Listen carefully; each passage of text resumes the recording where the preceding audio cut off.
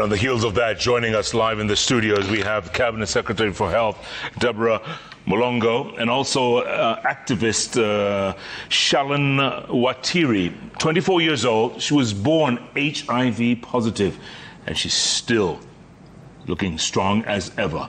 And she has a 3-year-old. She has a 3-year-old who's HIV negative. Yes. Unbelievable story. Welcome both. Welcome. Thank you. Waziri, thanks for your time. I'll start with you, Waziri. Listening to that story from Lamu, and they're talking about the logistical challenges of, yes, the medication may be freely available, but they're facing logistical challenges accessing the health facilities. They say when they visit Kenyatta, at least they would be given something to eat before they take their medication. Here they're saying, you know, they're on their own. And then there's also the aspect of, they're saying, defaulters, for example, tracing them was funded by the Global Fund. That funding ended in June. Do the counties have the capacity to pick up the slack? Yes, thank you. Thank you so much, Olivia. And really, let me just start from the beginning. In the 1980s, as we know, when HIV began, or when we got the first diagnosis of HIV, there was a lot of stigma, there was a lot of fear and discrimination. But from 1999, when we had political will and we had the government coming in, partners coming in, resource mobilization, a lot of collaboration, a lot of guidelines coming up, and comprehensive clinics being set up, then we saw that infections had gradually reduced. And even 10 years ago, we saw that there were new interventions. Now we have the injectables, we have the oral tests, and really a lot has been done. And actually, we are seeing that the HIV infections, the new infections, have drastically reduced by 83%. People are no longer dying out of AIDS-related diseases because it has reduced by 68%, and mother-to-child transmission, just like Sharon, we see that it has reduced to 63%. That is over what period?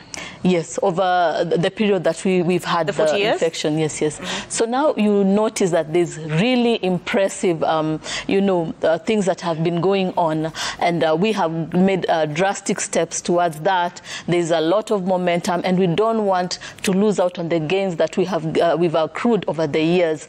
And definitely when we talk about Lamu, and especially the fact that they're saying the donors' funds are dwindling, we are not having a lot of donor support.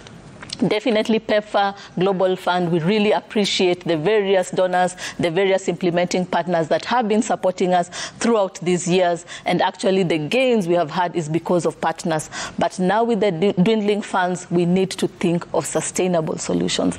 We need to think of domestic funding, all right? So for Lamu as a county, yes, we need county government intervention. At national level, we have established the community health programs. We've had the guidelines. We are sending commodities there. We are offering technical advice, among others.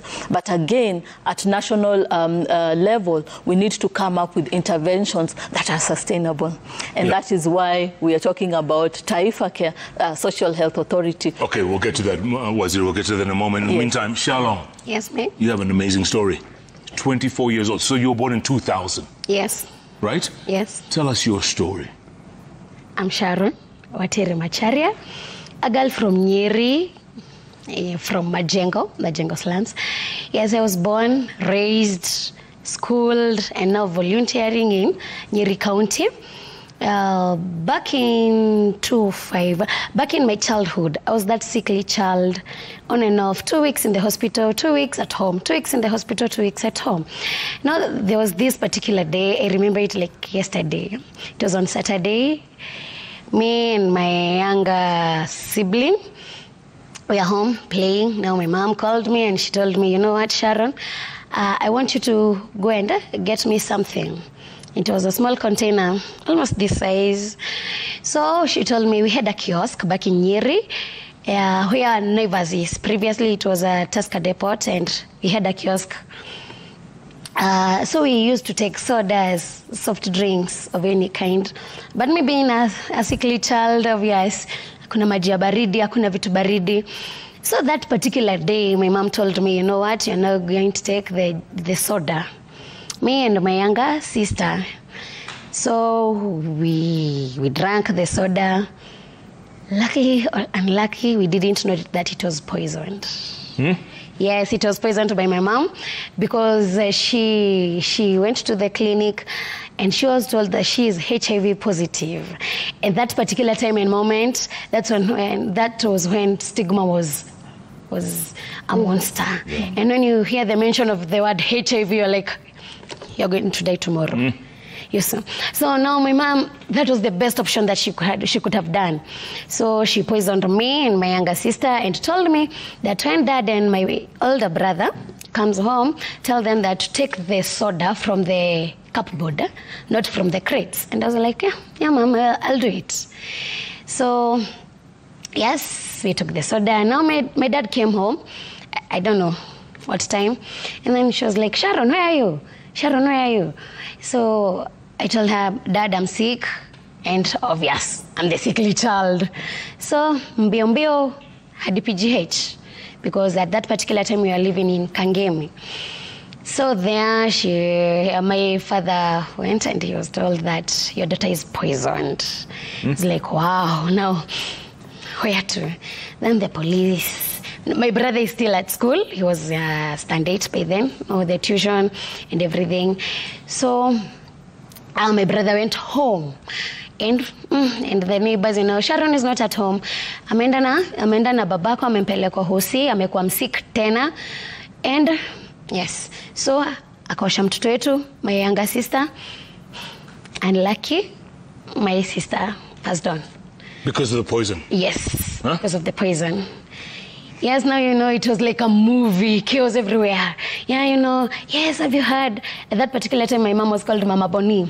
Bonnie is my elder brother. So have you heard? No, stigma was everywhere.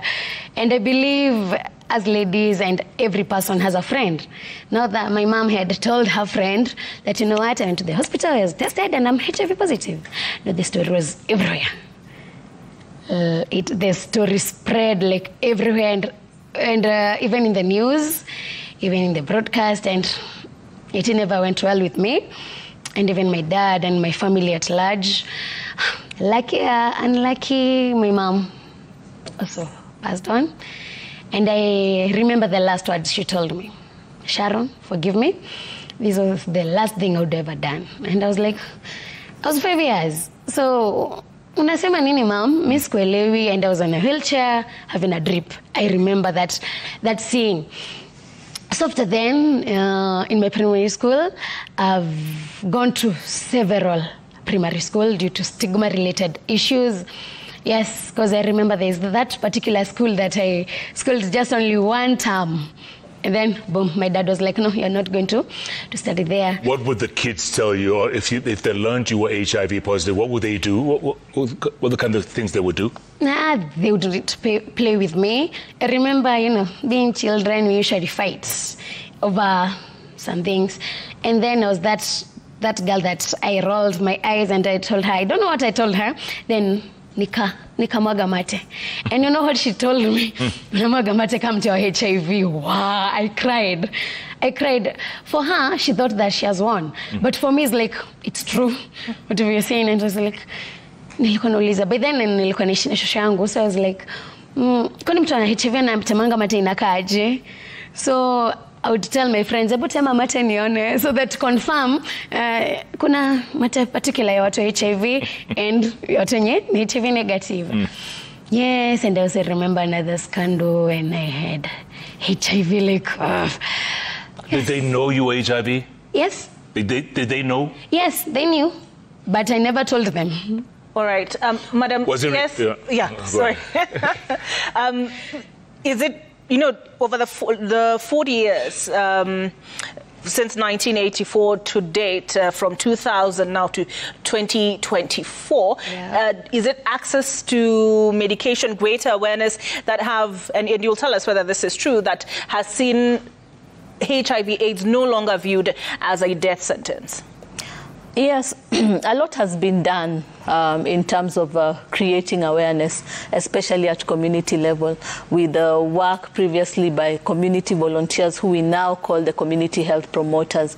We've had a lot of health education and a reduction in stigma. Equally, previously we had a lot of infections, what we call opportunistic infections like TB, skin diseases, weight loss, among others. But we, after starting patients on antiretroviral therapy, now we see that they're gaining weight, the viral load drops or it becomes undetectable. And that way even, that's when we are seeing that we are having undetectable is equals to untransmitted. Yes. And so now that's why we are having even, mothers giving birth to children who are negative, or even discordant couples where one couple is positive and the other one is negative. So with ARVs, with community awareness, and all these other interventions, having everyone informed that you can actually live your life, even if you're a person living with HIV, they have really improved the quality of life among HIV patients. But as Honorable Wanga has clearly said, we are having patients living longer.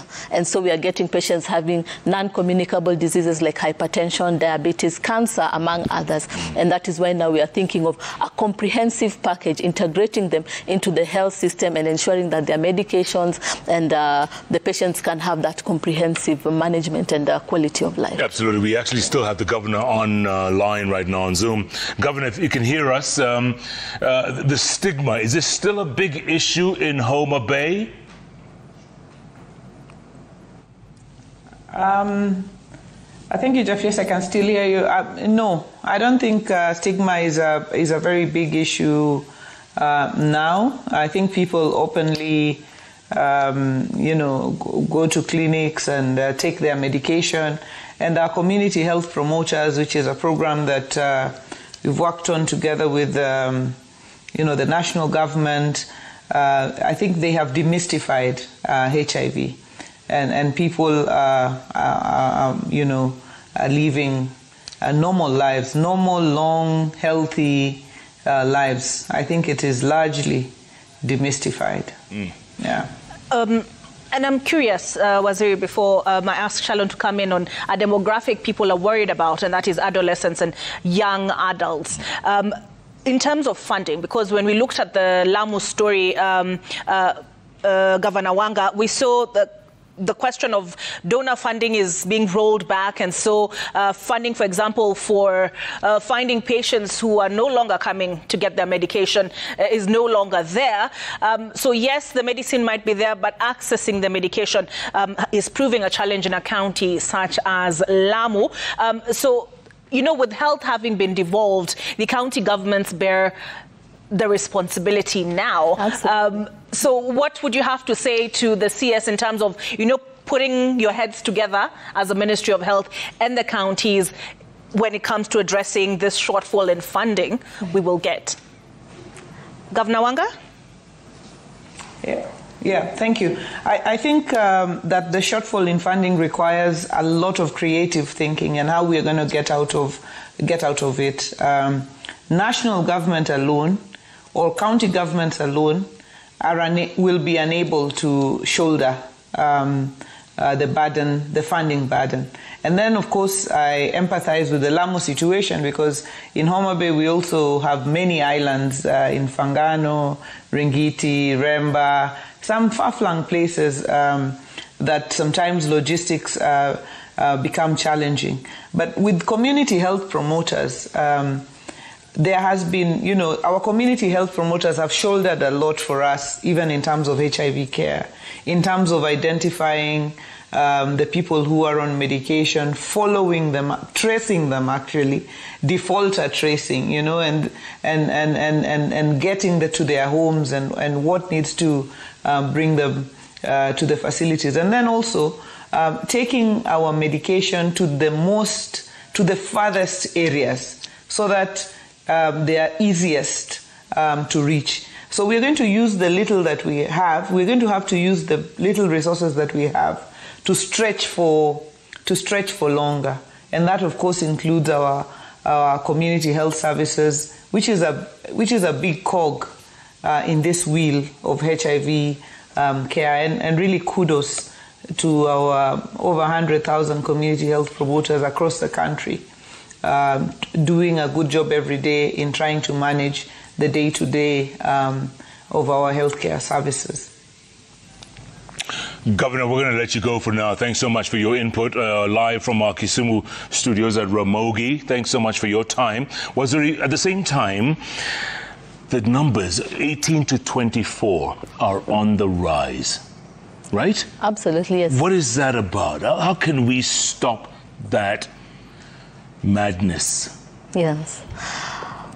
Yes. So first of all, let us be cognizant that there is a decline in the number of HIV infections, but out of the 17,000 new infections, 6,000 are from the young and adolescent group. So we need to have policies and interventions, and what we are doing as a ministry is number one, to improve testing in various communities where we are having the young adults and adolescents. So this includes the TVETs, the colleges, the universities, etc. Equally, we have new innovations to improve self-testing, like oral test kit or blood test that they can do at home.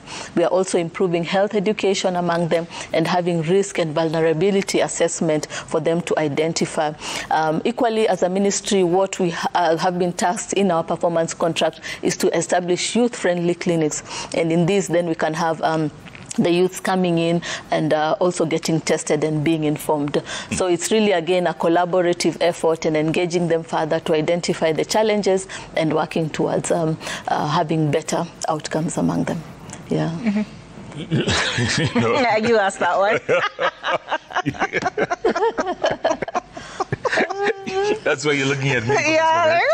Okay, look, Madam CS, when we used to walk into a bathroom, yes, whether it's a bar or restaurant, wherever we were, there was a condom dispenser. Yeah. How do you know?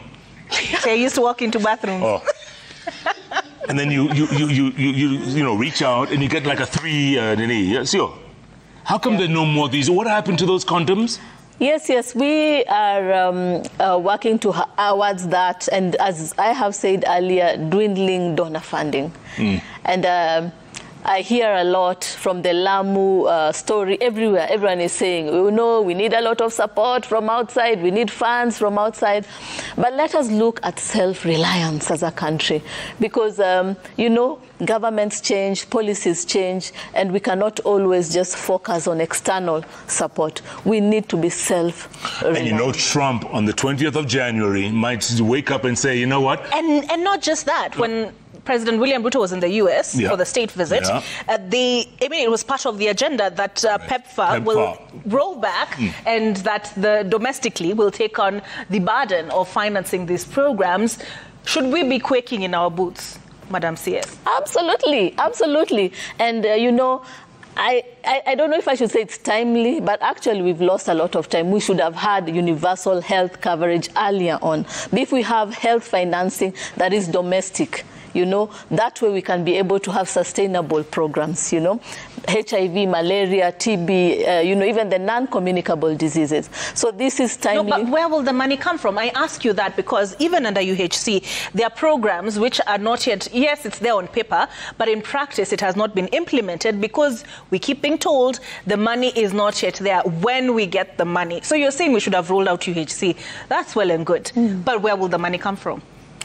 You see, the contributions that we are having, the contributions that we are asking Kenyans to have, the 2.75%, that is how we'll get financing. Commodities right now is around 25 to 40 billion for HIV. From Exchequer, we are getting 4 billion, right? So most of it is through funding. Now, I think there's need for reality, we as Kenyans to know that we need to come up with self-reliance, something that is sustainable for us. And through a health financing model, through local manufacturing of products like ARVs, etc., human resource for health, having the digital platform to improve the, assessment efficiency, etc., then we can have sustainable solutions. And so UHC is timely.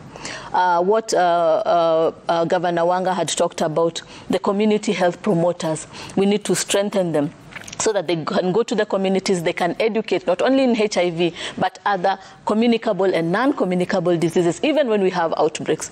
Equally, from the primary healthcare level 2, 3, and 4, we need to strengthen that. And through that, we can have the first contact. Patients are being tested, patients can go for treatment. Right now, we have more than 3,700 primary healthcare facilities. But how do we strengthen that? That's for HIV. But we're asking ourselves, how do we strengthen that? How do we strengthen our primary care network, the referral mechanism? So it's all about a change in the health system and having sustainable solutions through domestic financing. And this is through our contributions. So it will not only address HIV, but other communicable and non-communicable diseases, even as the donor funds continue dwindling. Well, Terry, at the same time, Yes. we mentioned at the beginning of the show that you are HIV positive. Yeah. You have a 3-year-old who's HIV negative. Yes. Your husband is HIV negative. Yes. How does that work for those who don't know, like us? Oh, I know. Oh, okay, you know. Speak for yourself. Okay. It works like it's. We have a slogan that we say: "You is equals to you, undetected is equals to untransmitted." So every day when I take my ARVs, even if I get several sexual partner, but there is a risk, and I have sex 1,000,000 times, unprotected sex, I cannot transmit. Why? What's the use of the ARVs? It's because I take it so that I can suppress my virus and have a healthy living. So if I take my ARVs, I'm sorry, if I take my ARVs, the viral load, we have a test that we are done after every 6 months or 1 year. It depends. Are you an adolescent? Are you a PMTCT mother? It varies, but majority it's from 1 year. Now I have an undetectable viral load for 2 years. My viral load has been undetectable, and within those 2 years and the coming years, I'm still taking my ARVs. So the virus is asleep. Haizani ifanyi kitu. It's just there. I'm just a host. Right. Of a very small virus, a microscopic virus. But it doesn't hinder me from having sex. When you first met your husband, did you tell him? Yeah, I did. Are you sure? Yes. Ulimwambia? Yeah, nilimwambia. Akasemaje? Like immediately. No, it was not immediately. Yeah, it was not immediately because I was having that fear ataniacha. Yes. Yes. Lakini once you told him, alikuwa sawa? Alikuwa sawa kabisa. I remember, I can't say the text because I texted him a very big text. Read more. You see, that text that has yes. read more. And then I said, I'm dead. That was the last text. Then he was like, no. The following day, he visited and he's like, no, you know what? I knew. And I know I had that assumption. We are from the same village. So, you know, and we are from we school from the same school. We go to the same church. So he has the stories. And then when people started seeing that we are dating, started hitting that, you're dating Sharon. Do you know that she's HIV positive? No, he had that assumption that I'm HIV positive. But he never had the information that it's really true. So when I told him, he was very supportive. I was like, you know what? Tunasonga. Kaende. Yes. Kaende.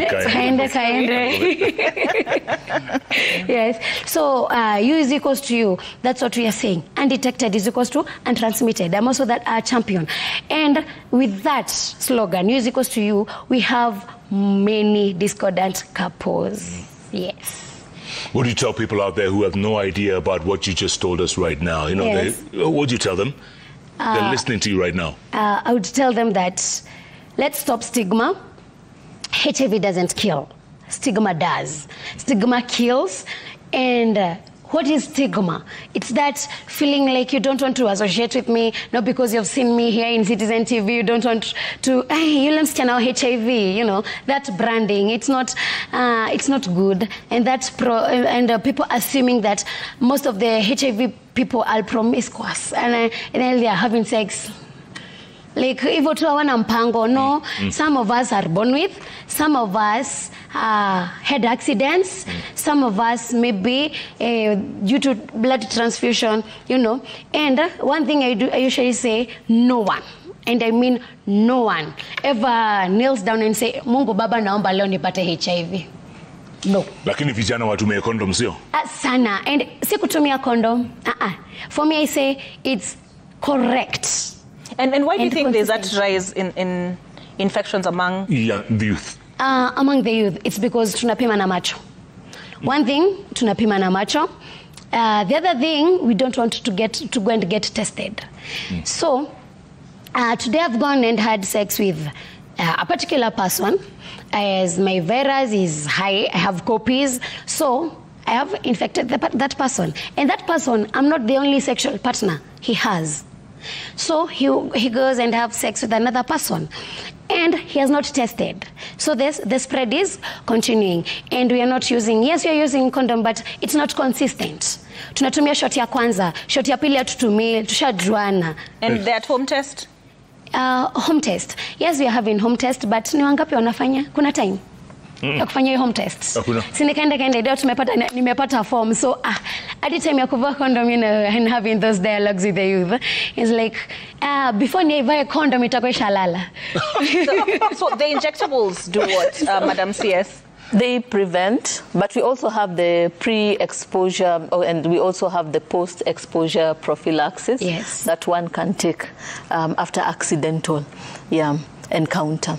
Yes, but again we are encouraging people who are living with HIV to also take their ARVs. That way, there's undetectable viral load, and that way the transmission is again but Madam CS, those numbers are very alarming, aren't they? Yeah, they're very alarming. Yeah, and if you look at the report, one of the concerns that is raised is not just the young people and infection rates within that demographic, but the falling of the defaulting where ARVs are concerned, especially among the male populace. Is that something you're addressing? Absolutely, absolutely. And that is why the theme for this year, we are focusing on the men and also the boys. This is because possibly for the men, they leave for work, they are the sole breadwinners, so they leave for work early and they come in late. So how do we identify them so that we can identify the new HIV infections? And those who are positive, how do we ensure that they are routinely taking their medicines? They are not missing medicines, they are not missing their appointments. So those are the interventions we are thinking about and coming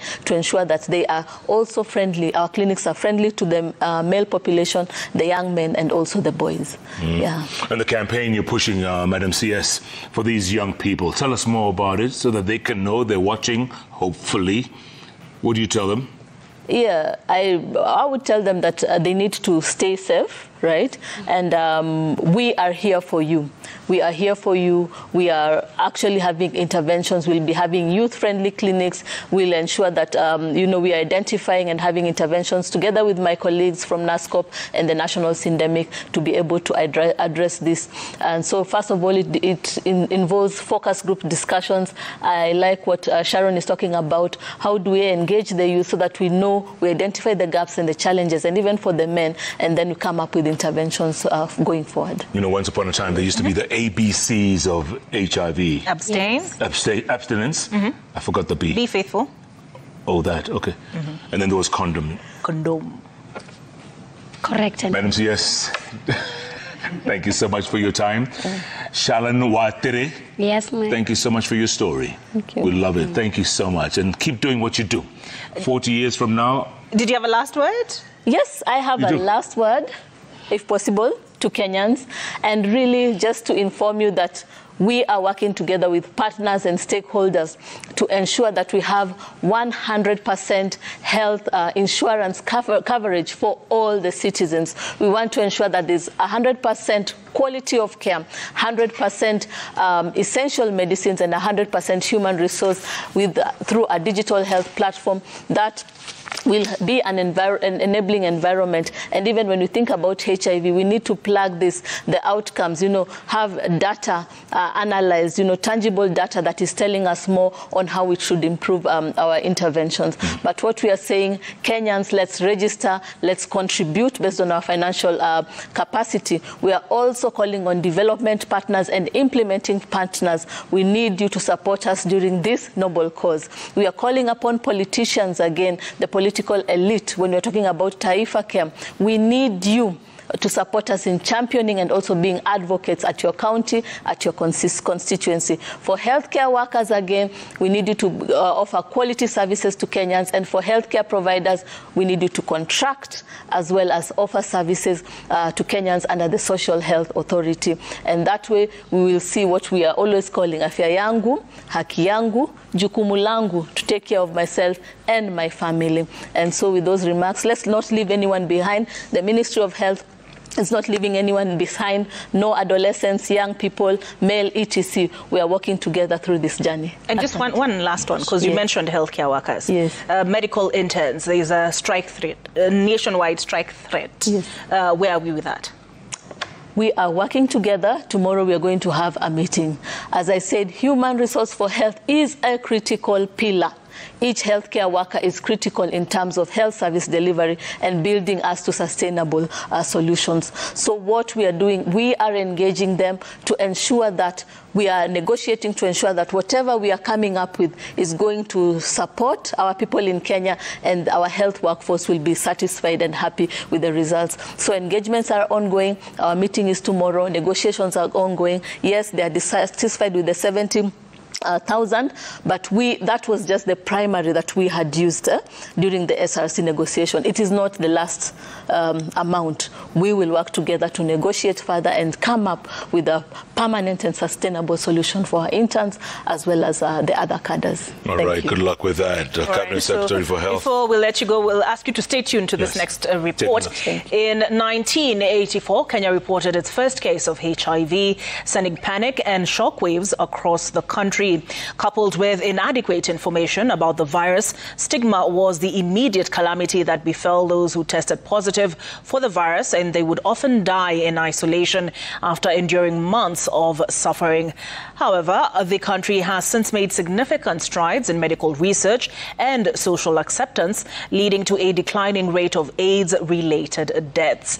And as the country gears up to mark 4 decades of concerted efforts to eradicate HIV as a public health concern, Laura Tieno takes stock of how far the country has come in fighting the AIDS epidemic. At the outskirts of Kisumu City, Rosalida Auma knits her mats. Each stroke of the crochet weaves a tapestry of hope and resilience. The tight-knit pattern illustrating persistence and a spirit that fights to rise above board. Rosalida tested HIV positive while on a prenatal visit when she was pregnant with her youngest child. Shaken by the diagnosis, she ran to her father. Asa jambo lake kwangu ilikuwa tu, unakumbuka nikiwa mgonjwa ukiwa mdogo, nikamwambia nikamwambia ni ugonjwa scarlet, hiyo ilikuwa ni ugonjwa. Sasa kama umepata hii, usiwe na wasiwasi, meza tu madawa. Unaona mimi pia nikiwa hai. Na hivyo pia mimi nikakaza moyo na nikawa na hiyo roho. Juu kama baba yangu alianza kumeza nikiwa class 6, mbona sio mimi nimeze? According to data from the National AIDS and STI Control Program, the country has reduced mother-to-child transmission of HIV to 7.4% from 14% in 2013. Additionally, 1.3 million people are on antiretroviral therapy, including 48,000 children. Rosalida is among the 7,346 clients served at the Comprehensive Care Clinic of the Lumumba Sub-County Hospital in Kisumu. Today, a peer-to-peer counseling session is underway. Every day of the week is assigned to different groups in a bid to foster a community for persons living with HIV. Within the facility, at times you might have a client who has been exposed, and then maybe you have this client inside your room, or maybe the client has just come in for treatment, and then he's like, oh, I'm seeing a neighbor there, I will not come in.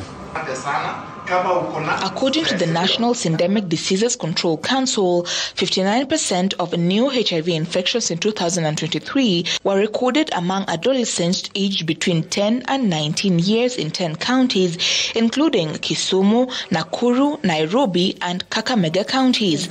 We have the patient line. The new revelation calling for more concerted efforts to address infections among the adolescent population. If we were to break the cycle, the generational cycle of new infections, the young people are the ones who get children. So when you have infections in a younger generation, then the mother-child transmission cycle will continue. And you can't break that generation of new infections. So we are very keen when we see that the rate in young people is still a concern. We must talk about it because that's the only way to cut off the continuous generation recycling of HIV.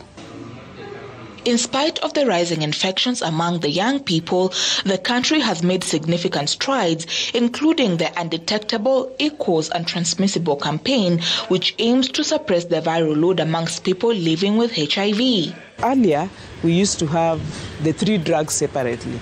Right now, it is just one pill. Then the 3 drugs were even taken maybe twice a day.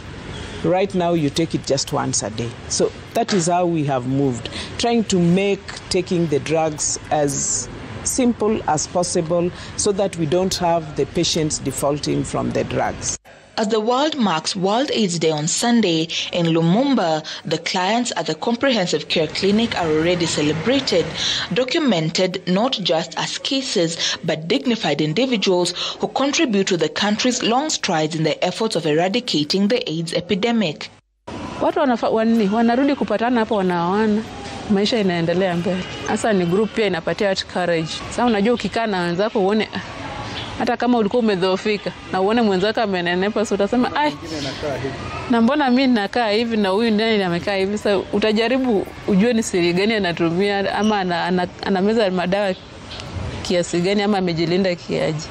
40 years down the line, we have a clear understanding of what this virus is about, what we can do about it, and we have seen systems built, interventions put in place, and people are living with HIV and able to participate in economic activities. Laura Otieno, Citizen TV.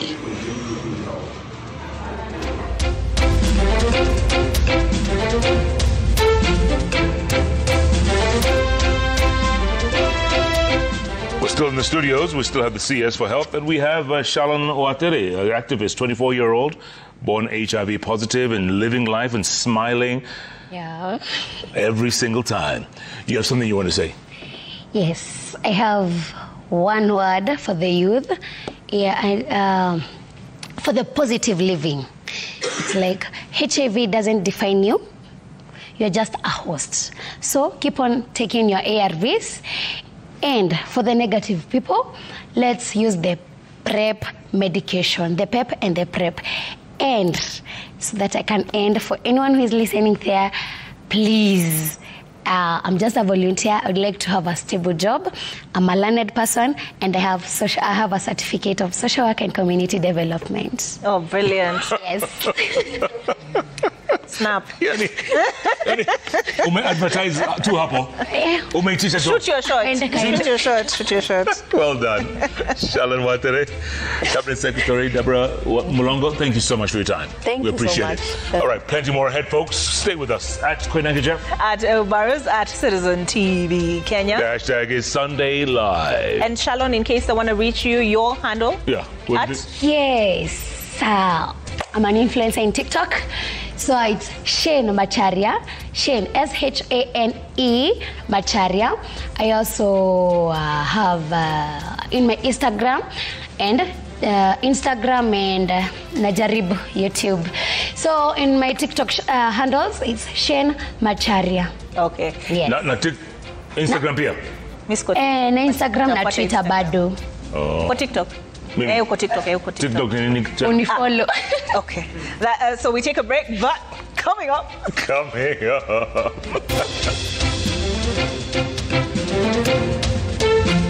A breakthrough